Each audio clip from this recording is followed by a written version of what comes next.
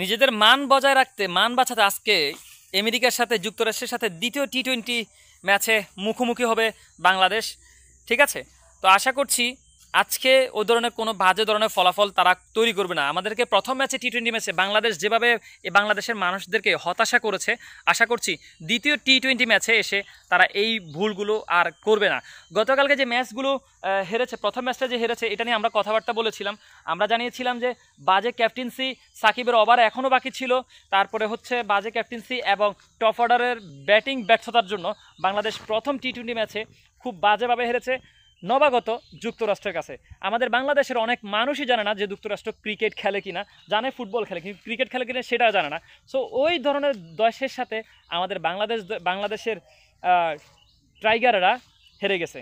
So আসলে এই জিনিসটা খুবই খারাপ মানে আমাদের খারাপ লেগেছে।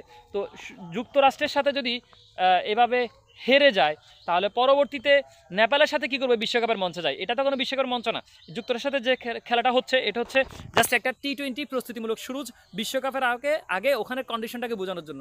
তো ভাই, যে কন্ডিশন দেখলাম প্রথম ম্যাচে, আমরা যে খেলার ধরনটা দেখলাম, খুবই বাজেভাবে খেলেছে বাংলাদেশ। এখানে ওরা ভালো খেলেছে এটা বলবো না, বলবো যে বাংলাদেশ বাজে খেলেছে, আর ওরা ওই বাজে জিনিসটা খেলার সুযোগটা ওরা নিয়েছে।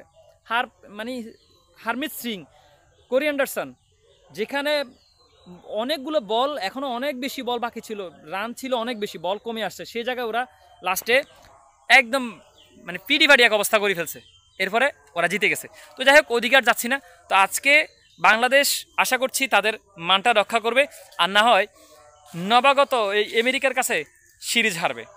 ঠিক আছে, তো আসলে এটা আমরা চাই না। যাই হোক, আশা করছি আমরা আজকে বাংলাদেশ টিম ভালো খেলবে, সবাই দোয়া করবেন। আমরা চাই আমাদের দেশটা ভালো খেলুক। তাদের প্রস্তুতি যদি বিশ্বকাপের আগে যদি দেখেন, বাংলাদেশ যদি এখন এই মুহূর্তে বিশ্বকাপের আগে যদি সিরিজটা হেরে যায় বা এদের কাছে হোয়াইট ওয়াশ হয়, তাহলে এদের বাংলাদেশ টিমের মনোবলটা একদমই ভেঙে যাবে। এরা বিশ্বকাপে গিয়ে নিউজিল্যান্ড, আফ্রিকা, ইন্ডিয়া, পাকিস্তান, অস্ট্রেলিয়ার সাথে কী করবে? আমেরিকার সাথে যদি অবস্থা করে, তাহলে শক্তিশালী দলগুলোর সামনে যা কী করবে?